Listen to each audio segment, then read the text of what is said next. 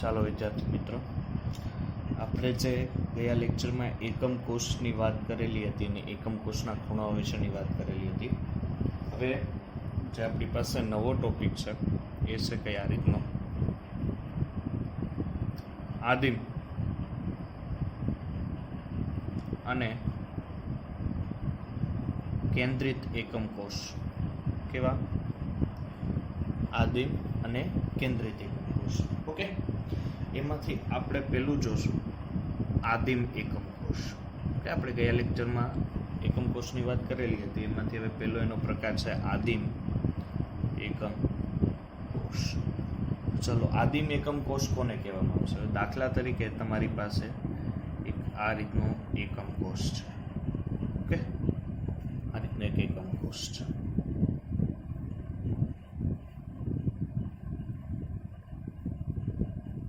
એક સ્ફટિકમાં કેટલા એકમ કોષો હોય છે વિદ્યાર્થી મિત્રો? 8 એકમ કોષો રહેલા હોય છે. હવે એકમ કોષો છે આદિમ એકમ કોષો. તો આદિમ એકમ કોષના ખૂણા ઉપર ધ્યાન આપજો. આદિમ એકમ કોષના ખૂણા ઉપર, એટલે આદિમ એકમ કોષમાં 8 ખૂણા હોય તો 8 ખૂણે એક પરમાણુ રહેલા હોય એવા એકમ કોષને આદિમ એકમ કોષ કહેવામાં આવે છે. જે એકમ કોષના 8 ખૂણે એક પરમાણુ અથવા અણુ રહેલા હોય ખૂણાના સ્થાન ઉપર, તો એને તમે શું કહી શકો છો? આદિમ એકમ કોષ કહી શકો. પછી આ ઘટક કણો જ લઈ શકો. આ લુઈસ બિંદુ પણ કહી શકાય, સોરી લેટિસ બિંદુ પણ આને કહી શકાય. ચાલો, હવે એના પછી છે આ એ હતો, અને બીજો પ્રકાર છે બી, કે કેન્દ્રિત એકમ કોષ. કેન્દ્રિત એકમ કોષ. અને કેન્દ્રિત એકમ કોષમાં બીજા 3 પ્રકાર છે: અંતઃકેન્દ્રિત એકમ કોષ, ફલક કેન્દ્રિત એકમ કોષ અને અંતઃછેડો એકમ કોષ. એમાંથી પહેલો આપણે જોવાનો છે ભાગ એનો અંતઃકેન્દ્રિત એકમ કોષ. ચાલો જો, કેન્દ્રિત એકમ કોષની વ્યાખ્યા શું છે ખબર છે? કે ખૂણા ઉપર તો અણુ હશે જ. અહીંયા કેમ ખૂણા ઉપર અણુ છે, એમ ખૂણા ઉપર તો અણુ હશે જ, સાથે સાથે એકમ કોષના બીજા સ્થાન ઉપર પણ અણુ હશે. તો કઈ રીતે હશે? તો અંતઃકેન્દ્રિત એકમ કોષ, અહીં જરીક ધ્યાન આપજો કે અહીંયા હું એકમ કોષ એક દોરું છું. આ એકમ કોષ પ્રમાણે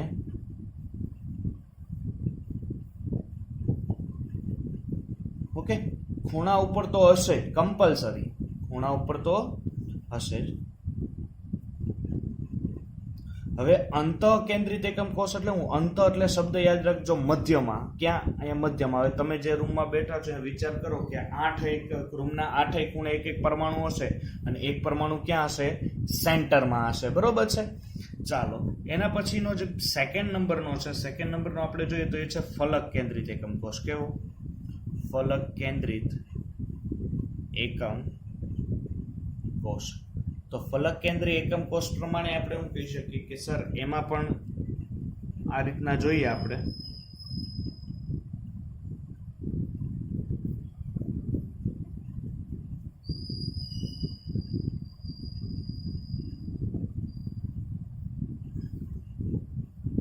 એટલે ખૂણા ઉપર તો હશે જ. કેન્દ્રિત એકમ કોષની વ્યાખ્યા પ્રમાણે ખૂણા ઉપર તો હોય જ. સાથે સાથે ફલક એટલે શું થશે? કોઈ પણ જે આ હોય ને એની આ બાજુ છે ને, આને ફલક કહેવાય. તો આ એક બાજુ થઈ, આ 2, આ 3 અને આ 4 એક સેન્ટર, પછી એક ઉપર 5 અને એક નીચે 6. એટલે કુલ કેટલા ફલક કેન્દ્રિત એકમ કોષમાં હોય છે? ખૂણા ઉપર તો હોય જ, સાથે સાથે બાજુની 6 ફલક ઉપર પણ જો પરમાણુ હોય તો એવા કેન્દ્રિત એકમ કોષને કેવો કહેવામાં આવે છે?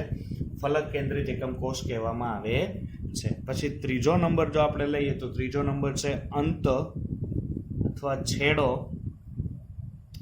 કેન્દ્રિત એકમ કોષ. ઓકે, તો અહીંયા આપણે અંત છેડો એકમ કોષ આપણે મેળવીએ છીએ. તો ફરીથી શું કરશો? એક તમે એકમ કોષ અહીંયા દોરી નાખો. ઓકે, અહીંયા એકમ કોષ એક પ્રકારનો આ રીતનો.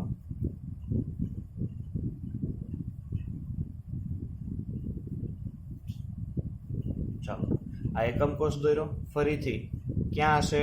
ખૂણા ઉપર તો 8 પરમાણુ તો હશે જ. કેન્દ્રિત એકમ કોષ જ આપણને કીધું છે. સાથે સાથે અંતઃછેડો છે ને, એટલે કોઈ પણ 2 સામસામેની ફલક હોય. જો દાખલા તરીકે આ 2 ફલક હોય, કા તમે જો આ બે ફલક પાસ પાસેની ન હોય, સામ સામેની હોય, કા જો આ બે ફલક હોય, ઓકે, કા તો આ બે ફલક, એટલે કોઈ પણ બે હોય. અહીંયા મેં તમને ઉદાહરણ આપવા અલગ અલગ દોર્યા છે, પણ કા તો આ હોય, કા તો ઉપર નીચે હોય, કા તો આ સામ સામે હોય, બરોબર છે. એટલે આ રીતના આને અંતછેડો એકમ કોષ કહેવામાં આવે છે. તો તમને આ વસ્તુ એક ભૂલાવી ન જોઈએ, કારણ કે આ એક તમને આઈડિયા હશે કે આદિમ એકમ કોષ એટલે કોને કહેવાય, અંતઃ કેન્દ્રિત એકમ કોષ કોને કહેવાય, ફલક કેન્દ્રિત એકમ કોષ કોને કહેવાય, ને અંત છેડો કેન્દ્રિત એકમ કોષ કોને કહેવાય, તમને આઈડિયા આવશે.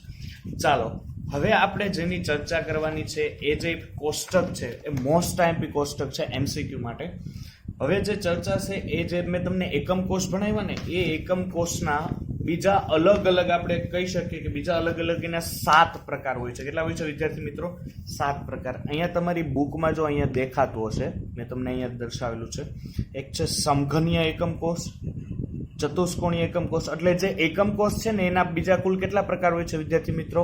કુલ 7 પ્રકાર હોય છે. કેટલા? 7. તો સમઘનીય એકમ કોષ, ચતુષ્કોણીય, પછી ઓર્થોરોહોમ્બિક આકાર છે, ત્યારબાદ ષટ્કોણીય છે, રોહોમેડ્રલ છે, મોનોક્લિનિક છે અને ટ્રાયક્લિનિક. આવા એકમ કોષ જે મેં તમને ભણાવ્યા ને એ એકમ કોષના શું છે? પ્રકાર છે. હવે આ કુલ 7 પ્રકાર છે. તો એ 7 પ્રકારના આપણે રચના જોવાની છે. ધ્યાન આપજો. મેં તમને પેલો એક આકાર મેં તમને બતાવ્યો હતો ને, મેં જે તમને એ બી અને એની ચર્ચા આપણે કરેલી હતી. તો આ જે ચર્ચા કરી હતી ને, સાદા સમઘનની ચર્ચા કરી હતી. કેની કરી હતી? સાદા સમઘનની. એમાં જોઈ શકો છો તમે અહીંયા બેટા, બરોબર છે. અહીંયા જોઈ શકો છો બીટા, આલ્ફા અને ગેમા બધા 90 છે, કારણ કે A = B = C પણ કેવા છે? 90 છે. તો એની આપણે આખી ચર્ચા કરવાની છે. તમારી જ્યારે આ ભણાવતો હોય ત્યારે તમારે આ ખાલી એક આકૃતિ બુક છે એ તમારી પાસે રાખવાની રહેશે. ઓકે, તો ચાલો આપણે કોષ્ટકની જે છે એ ચર્ચા આપણે આરંભ કરીએ. તો અહીંયા સૌથી પહેલા ધ્યાન આપજો, સૌથી પહેલા તમારે શું કામ કરવાનું છે? તો સૌથી પહેલા બધા જ જે સંયોજનો છે એને લખી નાખો. તો પેલો છે સમઘનીય પ્રણાલી. કઈ છે? કઈ છે? સમઘનીય પ્રણાલી. ઓકે, ત્યારબાદ છે ચતુષ્કોણીય. કઈ છે વિદ્યાર્થી મિત્રો? ચતુષ્કોણીય, જેને તમે ઇંગ્લિશમાં ટેટ્રાહાઇડ્રલ, શું વિદ્યાર્થી મિત્રો? ટેટ્રાહાઇડ્રલ કહી શકો. ત્યારબાદ આવે ઓર્થોરોહોમ્બિક. કઈ? ઓર્થોરોહોમ્બિક. ત્યારબાદ આપણે લઈએ ષટ્કોણીય. ષટ્કોણીયને તમે બીજું શું કહી શકો? હેક્સાગોનલ કહી શકો, હેક્સાગોનલ. ત્યારબાદ આવે તમારી પાસે રોમ્બોહેડ્રલ. કઈ આવશે? રોમ્બોહેડ્રલ અથવા ત્રિકોણીય. ત્યારબાદ તમારી પાસે આવશે વિદ્યાર્થી મિત્રો, ધ્યાન આપજો અહીંયા, મોનોક્લિનિક અને ટ્રાયક્લિનિક. ઓકે, કઈ આવશે? મોનોક્લિનિક અને ટ્રાયક્લિનિક. તો ચાલો બધી જ વસ્તુ આપણે પહેલા આની ચર્ચા કરી લઈએ. મોનોક્લિનિક અને ટ્રાયક્લિનિકની છે અહીંયા આપણે ચર્ચાને આગળ વધારીએ. ઓકે, અહીં ટ્રાયક્લિનિક છે. ચાલો હવે અહીંયા ધ્યાન આપજો કે અહીંયા છે સ્ફટિક પ્રણાલી, કે આ કેટલા 7 સ્ફટિક તમને જોવા મળી શકે, બરોબર. એમાં બીજા પાછા એકમ કોષ હોય. તો એક આપણે સમઘનીય સ્ફટિક જોયો, પછી ચતુષ્કોણીય સ્ફટિક પણ હોઈ શકે. અને એક સ્ફટિકમાં કેટલા એકમ કોષ હોય વિદ્યાર્થી મિત્રો? યસ, એક એકમ કોષમાં 8 કુલ આપણે એકમ કોષો જોઈ શકીએ. એવા 7 પ્રકારના સ્ફટિકો આપણી પાસે છે. ત્યારબાદ એનું શક્ય વિચલન હશે. ઓકે, કયા કયા વિચલન થઈ શકે. ત્યારબાદ એનું શક્ય અંતરના અક્ષીય ખૂણા અને એના ઉદાહરણની આપણે ચર્ચા કરીશું. ઓકે, એ પહેલા છે ને, જો શક્ય વિચલન છે ને એ યાદ રાખવા પહેલા છે ને હું તમને એક ટ્રીક આપવા માંગુ છું. એ ટ્રીક જરીક યાદ રાખી લેજો. એ ટ્રીક કંઈક આ રીતની છે. અહીંયા છે ને હું એને નીચે ધ્યાન આપજો, અહીંયા દોરું છું કે પહેલા છે ને ક્રમમાં એક યાદ રાખી લ્યો કે એક આદિમ દોરેલો છે. શું દોર્યું છે? આદિમ. આદિમ એકમ કોષ. આદિમ છે એનો મિનિંગ એના બધા જ ખૂણે એક એક છે, એટલે હું એક લખી નાખું આદિમ. ઓકે, ત્યારબાદ હું લખી નાખું અંતઃ કેન્દ્રિત. કેવો?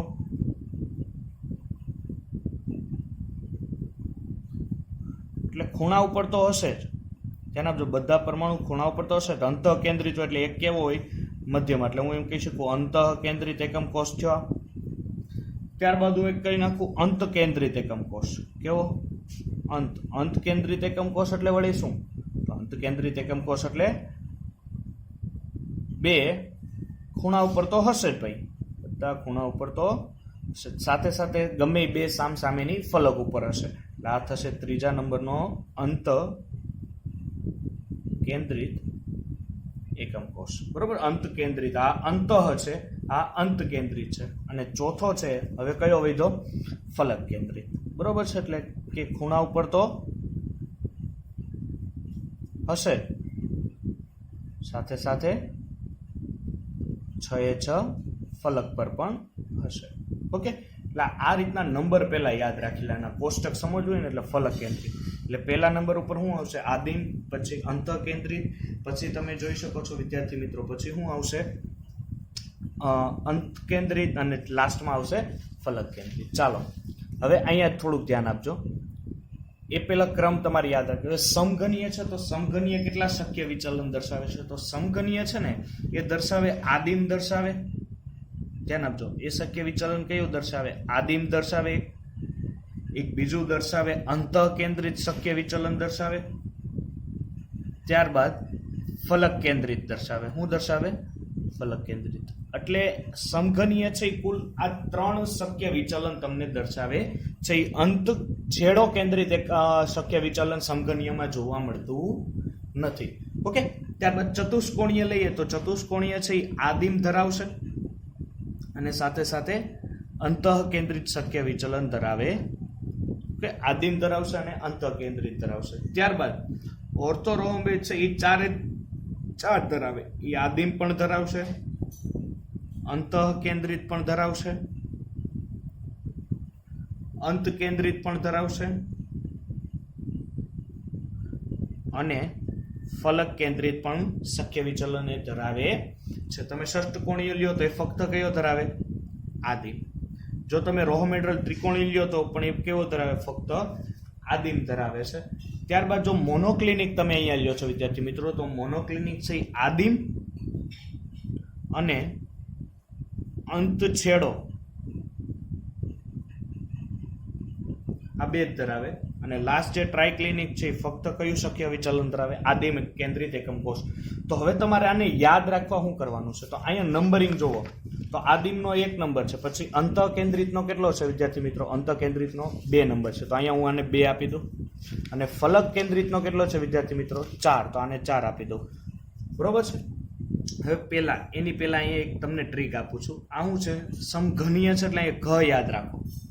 બરોબર છે. પછી અહીંયા ચતુષ્કોણીય એટલે ટે, પછી અહીંયા ઓ, પછી અહીંયા હેક્ઝાગોનલ યાદ રાખો. હેક્ઝાગોનલ એટલે ષષ્ઠકોણીય એટલે એ, પછી રોહોમેટ્રલ એટલે ર, મોનોક્લિનિક એટલે મો અને ટ્રાયક્લિનિક એટલે ટ્રાય. એટલે અહીંયા હું લખું છું ઘ ટે, ધ્યાન આપજો, ઘ ટે ઓ, હેક્ઝાગોનલ એટલે હે, રોહોમેટ્રલ એટલે ર, ધ્યાન આપજો, ઘ ટે ઓ હે ર મો ટ્રા. ઓકે, ઘટે ઓ હેર મોટા. શું યાદ રાખવાનું વિદ્યાર્થી મિત્રો તમારે? ઘટે ઓ હેર મોટા. શું ઘટે છે? હેર. હેર એટલે વાળ, પણ કેવા ઘટે છે? મોટા. મોટા વાળ નથી થતા, એ એક ઉપાધિ છે. બરોબર, એટલે ઘટે છે પણ હેર મોટા. ઓકે, એટલે અહીંયા હવે ઘ ઉપર હું 124 યાદ રાખી દેવાનું. હું તમારે યાદ રાખી દેવાનું 124. એટલે 124 જો પેલા તમારે આ યાદ રાખવું કમ્પલસરી છે. જો તમને આ યાદ રહેશે એટલે તમે એમ કહો ને 124 છે સમઘન. 124 એટલે સર એમાં એક આદિમ હશે, એક અંતઃ કેન્દ્રિત અને એક ફલક કેન્દ્રિત તો છે. ઓકે, એ પ્રમાણે યાદ રાખવાનું રહેશે. હવે આમાં યાદ રાખો તો આને યાદ રાખવાનું તમારે 12. હું યાદ રાખવાનું 12. કેમ સર? એમાં આદિમય છે, ધ્યાન આપજો, એમાં આદિમ પણ છે અને એમાં અંતઃ કેન્દ્રિત પણ છે. આને યાદ રાખવાનું હોય તો 1, 2, 3, 4, કારણ કે એમાં 4 છે. ઓર્થો રોમ્બરમાં કેવા છે? 4 સંયોજનો હાજર છે. આમાં ફક્ત 1, આમાં પણ 1, અને આમાં રાખવાનું હોય તો 13. હું યાદ રાખવાનું 13, અને આમાં ફક્ત 1. એટલે ઘ હોય તો 124 હોય, ટે હોય તો ટેટ્રાહાઇડ્રલ હોય તો 12 હોય, ઓ હોય તો 1, 2, 3, 4 હોય, હેક્ઝાગોનલ હોય તો ફક્ત 1, રોહોમેડ્રલ હોય તો ફક્ત 1, મોનોક્લિનિક હોય તો 13, અને ટ્રાયક્લિનિક હોય તો 1. આ ખાલી એક આંકડાકીય માહિતી યાદ રાખી લેશો. પહેલા તમારે દોરી નાખવાનું, કોષ્ટક પૂછવાનું હોય, કોષ્ટકના MCQ એટલે આ દોરી નાખવાનું. પછી તમને આંકડાકીય માહિતી રહે યાદ કેમ પ્રમાણે કે ઘન હોય તો 124, ટેટ્રાહેડ્રલ હોય તો 12, ઓર્થોરોમ્બિક હોય તો 1 2 3 4 એટલે આ 4 એ 4 શક્ય વિચલન આપે. હેક્સાગોનલ હોય તો ફક્ત આદિમાં આપે. રોહોમેડ્રલ હોય તો ફક્ત 1, મોનોક્લિનિક હોય તો 1 અને 3, અને જ્યારે ટ્રાયક્લિનિક હોય તો ફક્ત 1. ચાલો હવે છે આપણી પાસે શક્ય વિચલન, બરોબર છે, અથવા ધારની આપણે લંબાઈ કહી શકીએ. તો અક્ષીય અંતરની વાત કરીએ તો અક્ષીય અંતર a = b = c આમાં થશે. કેમાં? સમઘનમાં. જે મેં તમને a b c તમને ખૂણા આલ્ફા બીટા અને ગેમા સમજાવ્યું હતું એ પ્રમાણે તો એના અક્ષીય ખૂણા પણ શું હશે? આલ્ફા = બીટા = ગેમા કેવા હશે? 90 ડિગ્રી 90 ડિગ્રીના હશે. તમે હવે ચતુષ્કોણીયમાં આવો તો એમાં પણ a = b પણ b is not equal to c, બરોબર છે. b નું જે લંબાઈ છે એ c જેટલી થશે ને કેમાં? ચતુષ્કોણીયમાં. તો ચતુષ્કોણીય તમે જોઈ શકો છો. હવે ચતુષ્કોણીયમાં a અને b બંને સમાન છે. જુઓ a અને b કેવા છે? સમાન, પણ c સમાન નથી. c ની લંબાઈ વધારે છે એટલે a = b but b is not equal to c. પરંતુ ત્રણેયના ખૂણા છે એ 90 જ રહેશે. જો આ જે ખૂણો છે એ 90 છે, આ 90 છે, આ 90 છે, એટલે alpha = beta = gamma = 90 degree. Okay, ત્યારબાદ ઓર્થોરોમ્બેડ આવો તો a b and c does not equal to anyone, બરોબર છે. a b અને c એ કોઈ પણ એકબીજાના એકલા થશે નહીં, પરંતુ એના ખૂણા છે એ બધા જ આલ્ફા બીટા અને ગામા ઇઝ 90 ડિગ્રી. ઓકે, તમે જોઈ શકો છો ઓર્થોરોમ્બિક. આ તમે a નું લંબાઈ જુઓ, is does not equal to b. b ની તમે જો આકાર જુઓ, a ને b સમાન થશે? નહીં થાય. પછી c પણ એક જ સમાન થાય? સર c પણ સમાન થઈ શકતો નથી. a is not equal to b is not equal to c. Okay, ચાલો હવે આપણી પાસે છે ષષ્ઠકોણીય. તો એમાં a અને b સમાન થશે વિદ્યાર્થી મિત્રો, પણ does not equal to c. તમે અહીંયા જોઈ શકો છો આ જે બાજુ છે એ 6 એ 6 બાજુ તો સમાન જ હશે. તો અહીંયા તમે જોઈ શકો છો કે અહીંયા a છે ને b છે. ધ્યાન આપજો, અહીંયા થોડુંક તમને વ્યવસ્થિત ન દેખાય તો તમે બાજુ તમારી બુક રાખી શકો છો. a = b સેમ છે, પણ અહીંયા c તમે જુઓ તો લંબાઈ વિદ્યાર્થી મિત્રો વધારે છે. એનો મીનિંગ કે a = b but b is not equal to c. હવે એના ખૂણાઓ છે એમાં alpha and beta is 90 degree. Okay, અહીંયા તમે જોઈ શકો છો આલ્ફા અને બીટા 90, બટ અહીંયા તમે જોઈ શકો છો આ પોઈન્ટ કંઈક આ રીતનો છે, આ રીતના છે. એટલે આ જે ખૂણો આવે ત્યાં આ ખૂણો એ કેટલો આવશે? 101 ડિગ્રી 120 ડિગ્રી, એટલે ગામા = 120 ડિગ્રી. ચાલો હવે તમારી પાસે છે વિદ્યાર્થી મિત્રો રોહોમેડ્રલ. એટલે એમાં પણ a = b = c. તો અહીંયા રોહોમેડ્રલ છે તો એ પણ આમ જો આટલો જ છે, આટલો પાછળ કવર ના, એટલે ત્રણે ત્રણ થશે સમાન, પરંતુ એના ખૂણાઓ છે alpha = beta = gamma it does not equal to 90 degree. A 90 degree થશે નહીં. ત્યારબાદ આપણી પાસે છે મોનોક્લિનિક વિદ્યાર્થી મિત્રો. તો મોનોક્લિનિક એટલે શું થશે કે a = b = c એક પણ એકબીજાના સમાન થતા નથી. અહીંયા તમે જોઈ શકો છો મોનોક્લિનિક. આ a છે, આ ને તમે b લ્યો અને c લ્યો, પરંતુ એક પણ એકબીજાના સમાન થશે નહીં. અહીંયા આલ્ફા અને ગામા ત્યાં જોઈએ 90 ડિગ્રી થશે, પણ બીટા છે એ 90 ડિગ્રી થતો નથી. ઓકે, પછી આદિમ આવે તો આદિમ પણ a is not equal to b, b is not equal to c. અને અહીંયા પણ આલ્ફા બીટા કે ગામા ખૂણા પણ સમાન નહીં થાય અને એનો 90 નો ખૂણો પણ સમાન થતો નથી. ઓકે, હવે આને એક યાદ રાખવાની હું તમને ટ્રીક આપું છું. ઓકે, ટ્રીક કંઈક આ રીતની છે, ધ્યાન આપજો. અક્ષીય અંતરની 210 1200. હું વિદ્યાર્થી મિત્રો 210 1200. હવે આ સાહેબ આ 210 1200 શું છે? તો પેલા અહીંયા 2 છે, 2 એનો મિનિંગ કે a b અને c વચ્ચે જે ઇક્વલ ટુ છે એ બંને ઇક્વલ ટુ અત્યારે છે જ. પછી અહીંયા આવે 1 એટલે શું થશે? 1 = 2 છે, પણ એ કયો હોવો જોઈએ? કમ્પલસરી આગળનો ઇક્વલનો, પાછળનો ઇઝ નોટ ઇક્વલ ટુ થશે, બરોબર છે, એ સમાન થશે નહીં. પછી 0 એટલે 2 માંથી એક પણ ઇક્વલ ટુ નથી, 2 માંથી એક પણ સમાન નથી. પછી આવી જાય કોણ? 1. તો 1 સમાન હશે, પણ કયો? હંમેશા યાદ રાખવાનો આગળનો સમાન હશે. કયો? આગળનો હશે. ત્યારબાદ પાછું આવ્યું 2 એનો મિનિંગ બંને કેવા થયા? = થઈ ગયા. કેવા થયા વિદ્યાર્થી મિત્રો? બંને = થાય છે. ત્યારબાદ હવે તમે આગળ વધીએ આપણે તો હવે શું આવે? 0 આવે એટલે 2 ઇક્વલ ટુ નથી. પાછો હું આવ્યો 0, તો 2 ઇક્વલ ટુ નથી. તો અહીંયા ટ્રીક યાદ રાખજો, શું છે? ઘટે ઓ હેર મોટરા, ઘટે ઓ હેર મોટરા, પછી 124, 12, 34, બરોબર છે? 12, 34, 1, 2, 3, 4, 1, 1, 13, 1, પછી અહીંયા 210, 1200, એટલે તમે અક્ષીય અંતર લખી શકો. હવે ખૂણાઓ યાદ રાખો, એટલે કેમ કે પેલા 3 માં alpha is equal to beta is equal to gamma 90 થાય. કેમાં? ઘટે ઓ, એટલે સમઘનમાં ટેટ્રાહેડ્રલ ને ઓર્થોરોમ્બિકમાં આલ્ફા બીટા અને ગામા કેવો થાય? 90, અને છેલ્લામાં એકેય 90 નો થાય. એટલે 4 યાદ રહી ગયા તમને. 7 માંથી 4 તો તમને યાદ રહી ગયા. પેલા 3 માં બધા 90, છેલ્લામાં alpha beta gamma is not equal to 90. Okay, ચાલો હવે વચ્ચેના તમારે યાદ રાખવાના, એ આસાનીથી યાદ રહેશે કે આલ્ફા બીટા 90 થાય, ગેમા 120. અહીંયા આલ્ફા બીટા 90 થાય, આલ્ફા ગામા 90 થાય, પણ beta is not equal to 90. અહીંયા alpha beta gamma is does not equal to 90. Okay, ચાલો હવે આપણે એના ઉદાહરણની ચર્ચા કરીએ. આપણે તો ઉદાહરણની ચર્ચા કરીએ એટલે અહીંયા એક વસ્તુ યાદ રાખજો, હું તમને અહીંયા એક ઉદાહરણ આપું છું. તમે બુકમાં જોઈને બીજું ઉદાહરણ તમે જાતે લખી શકો છો. ઓકે, તો ચાલો પેલું જે આપણી પાસે ઉદાહરણ છે સમઘનીયમાં, બરોબર છે? એમાં છે પેલું છે સોડિયમ ક્લોરાઇડ. શું છે? Sodium chloride. પછી અહીંયા છે સફેદ ટીન અથવા ટીન ઓક્સાઇડ. હું અત્યારે એક બે ઉદાહરણ લઉં છું વિદ્યાર્થી મિત્રો, પછી તમે જાતે એમાં જોઈ શકો છો. ત્યારબાદ આનું છે રોહોમ્બિક સલ્ફર, બરોબર છે? રોહોમેટ્રલ છે એટલે રોહોમ્બિક સલ્ફરની વાત કરેલી છે આપણી પાસે.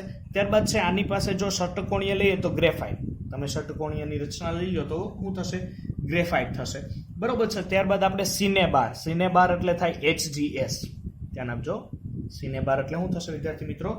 HGS. ત્યારબાદ આપણે લઈએ તો મોનોક્લિનિક સલ્ફર. મોનોક્લિનિક સલ્ફર. ઓકે, ત્યારબાદ જો આપણે વાત કરીએ તો કોપર સલ્ફેટ. શું થશે? Copper sulphate. બે જો વિદ્યાર્થી મિત્રો એક ઉદાહરણ લીધા છે, તમે બધા જોઈ શકો, ખાલી ટ્રીક આપવા. તો અહીંયા સોડિયમ ક્લોરાઇડ છે એટલે પેલો શબ્દ લ્યો સો. પછી અહીંયા ટીન છે તો અહીંયા લ્યો ટીન. તો અહીંયા શું થયું? સોટી. પછી અહીંયા શું આવી ગયો? રોહોમ્બિક સલ્ફર. તો અહીંયા લઈ લો સ.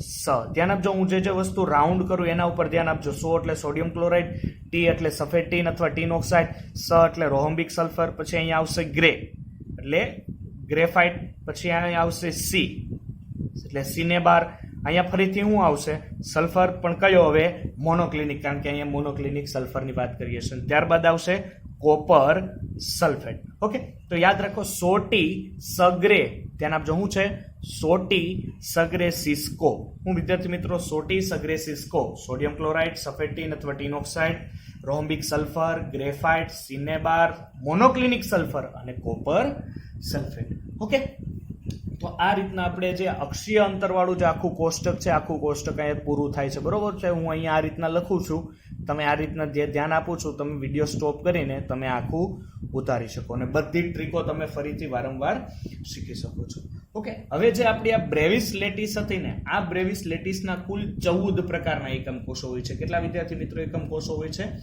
14 પ્રકારના એકમ કોષો હોય છે. હવે અહીંયા જે તમારી બુક છે, તમારી બુકમાં બધા જ એકમ કોષની તમને ચર્ચા કરી. સાહેબ 14 કેમ? જો 1, 2, 3, 4, 5, 6, 7, 8, 9, 10, 11, 12, 13 અને આ કેટલા થયા? 14. એટલે 14 ની રચના તમને અહીંયા આપેલી હશે તમારી બુકમાં, પેજ નંબર 11 ઉપર 14 ની રચના આપી હશે, બરોબર છે? આને કહેવાશે લેટિસ. શું કહેવાશે? લેટિસ. આ 14 છે અને કહેવાય બ્રેવિસ લેટિસ. ઓકે, તો ચાલો હવે વિદ્યાર્થી મિત્રો આપણે આગળ વધીએ કે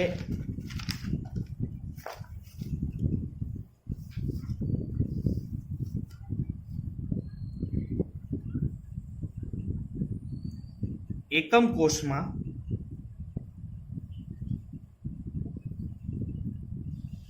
પરમાણુની સંખ્યા. શું લેવાનું છે વિદ્યાર્થી મિત્રો? એકમ કોષમાં પરમાણુની સંખ્યા. હવે આપણે પરમાણુની સંખ્યા લેવાની છે સૌ પ્રથમ આદિમ ઘન એકમ કોષમાં. કેમાં વિદ્યાર્થી મિત્રો? આદિમ ઘન એકમ કોષમાં. ઓકે, તો આદિમ એકમ ઘન કોષમાં કેટલા પરમાણુઓ હશે આપણે એ જોવાનું છે. તો ધ્યાન આપજો. પહેલા અહીંયા હું એક એકમ કોષ દોરી નાખું.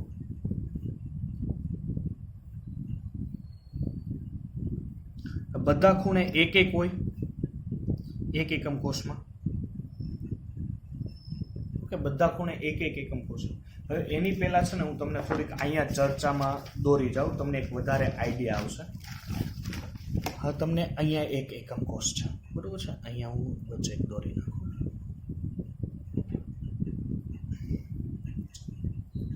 ધ્યાન આપો.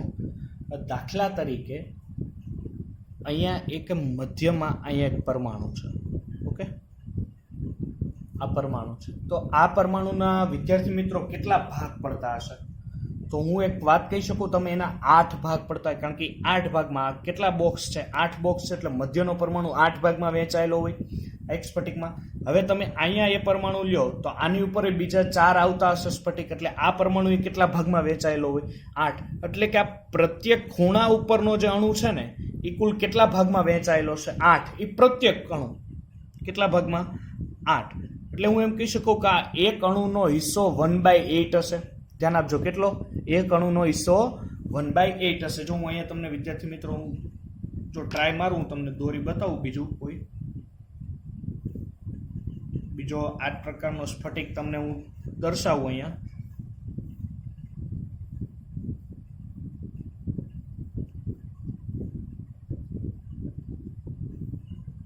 ઓકે, આ રીતના આપણે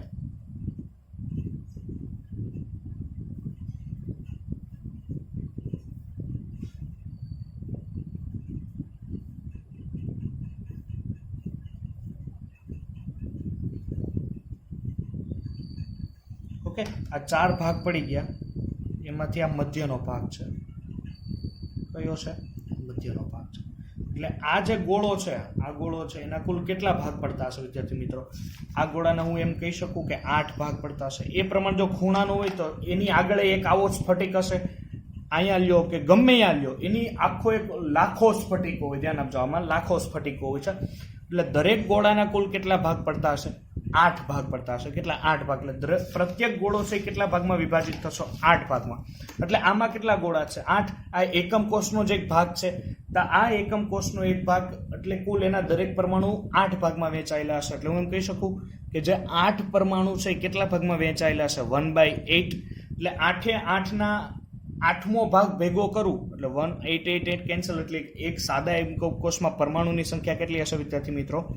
1 હશે. કેટલે પરમાણુઓ હશે? 1 હશે.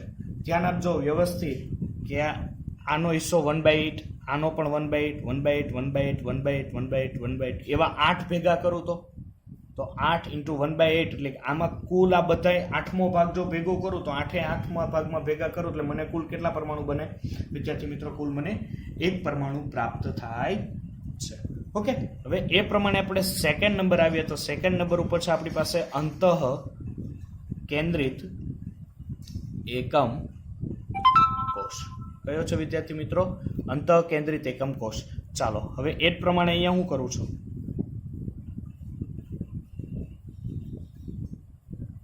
ચાલો અંતઃ કેન્દ્રિત હોય તો પણ ખૂણા ઉપર તો અણુ હશે જ. એટલે ખૂણા ઉપર તો અહીંયા છે જ હાજર. ખૂણા ઉપર છે જ. એટલે ખૂણા ઉપરના હિસ્સો હું લઈ એટલે ખૂણા ઉપરના કુલ પરમાણુ કેટલા થશે? 8 × 1/8. એટલે કુલ 1 પરમાણુ થયો કેના? ખૂણા ઉપર. હવે અંતઃ કેન્દ્રિત હોય એટલે એક ક્યાં હોય? મધ્યમાં હોય. હવે મધ્ય કોઈ પણ એકમ કોષના મધ્યમાં અણુ હોય તો એની ભાગીદારી બીજા એકમ કોષ સાથે હોય? ના સર, બીજા કોઈ એકમ કોષ સાથે હોતી નથી. એટલે એક અંતઃ કેન્દ્રિત હોય. કેવો હોય? અંતઃ કેન્દ્રિત એકમ કોષ. અને અંતઃ કેન્દ્રિત એકમ કોષ એટલે એક પરમાણુ હોય એમાં. એટલે કુલ આખા એકમ કોષમાં પરમાણુની સંખ્યા કેટલી થઈ? કુલ કેટલા પરમાણુ થયા? 2 પરમાણુ. એક તો ખૂણા ઉપરના 8મા ભાગના ભેગા થઈને કુલ 1 થયો, અને એક આખો પરમાણુ એકમ કોષના મધ્યમાં હાજર હોય છે. ઓકે, તો ચાલો હવે આપણે આગળ વધીએ. જે ત્રીજો છે એ છે ફલક કેન્દ્રિત. કેટલો? ફલક કેન્દ્રિત. તો ફલક કેન્દ્રિત હોય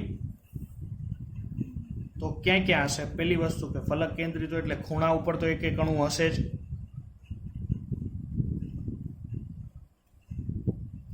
ખૂણા ઉપર તો એક હોય જ કમ્પલસરી. ઓકે, એટલે ખૂણા પરના કેટલા હશે? 8 દરેકનો હિસ્સો 1/8 એટલે બધાને ભેગા કરો એટલે કુલ કેટલા પરમાણુ થયા 8 પરમાણુ થાય છે. હવે ફલક ઉપર લે તો કેટલી ફલક છે વિદ્યાર્થી મિત્રો 6 ફલક છે. 6 ફલક લીધી 6. હવે દરેક ફલકના પરમાણુનો હિસ્સો કેટલો હશે ખબર 1/2. જો હું અહીંયા તમને દર્શાવું છું. અહીંયા તમે આ ફલક લ્યો આ સાઈડની તો અહીંયા હું પરમાણુ મૂકો તો આ એકમ કોષ અને આ જ એકમ કોષ વચ્ચે જ આ પરમાણુની ભાગીદારી હશે. આ બીજા ચારેય એકમ કોષ કે ઉપરના 2 એકમ કોષ સાથેની ભાગીદારી એની હશે નહીં. હું અહીંયા પરમાણુ લઉં તો એક આ એકમ કોષ જ ભાગીદારી લે ને એક આ રૂમ. હવે તમે સમજી શકો છો તમારા રૂમની એક બાજુની દિવાલે છે એ તમે વચ્ચે મધ્યમાં પરમાણુ ગોઠવો. ઓકે, એ મધ્યમાં પરમાણુ ગોઠવી દીધા બાદ એ હવે પરમાણુની ભાગીદારી બાજુના રૂમ સાથે જ થશે. એની આગળના રૂમ સાથે કે એની ઉપરના રૂમ સાથે ભાગીદારી થશે નહીં. એટલે કે ફલક કેન્દ્રિતમાં રહેલા દરેક પરમાણુની ભાગીદારી કેટલી હોય 1/2. 2 જ ભાગમાં એ વહેંચાય. બરોબર છે. આ પરમાણુ છે આ પરમાણુ આ ભાગના હોય ને બાજુમાં હું બીજો એકમ કોષ દોરું આ રીતના તો અહીં બીજા એકમ કોષ સાથે જ ભાગીદારી હોય. બીજા કોઈ સાથે ભાગીદારી એટલે એનો હિસ્સો કેટલો થાય 1/2 નો એ કેન્સલ કરું એટલે 3 એટલે કુલ કેટલા પરમાણુ થાય 3 પરમાણુ ફલકમાંથી જ મળશે. અને એક પરમાણુ ક્યાંથી મળે ખૂણે. એટલે ફલક કેન્દ્રિત એકમ કોષમાં કુલ કેટલા પરમાણુ હોય વિદ્યાર્થી મિત્રો 4 પરમાણુઓ હાજર હોય છે. કેટલા પરમાણુ વિદ્યાર્થી મિત્રો હાજર હોય છે 4 પરમાણુ હાજર હોય છે. બરોબર છે. હવે એ જ રીતના તમે જાતે અંતઃછેડો કરી શકશો પણ એમાં પણ કુલ કેટલા વિદ્યાર્થી મિત્રો આવશે 2 જ આવશે. ઓકે, તો ચાલો હવે આપણે આવતા લેક્ચર્સમાં આપણે આગળની જે ચર્ચા છે સંવૃત સંકલન ક્લોઝ પેકિંગ રચના એની આપણે ચર્ચા કરવાની રહેશે.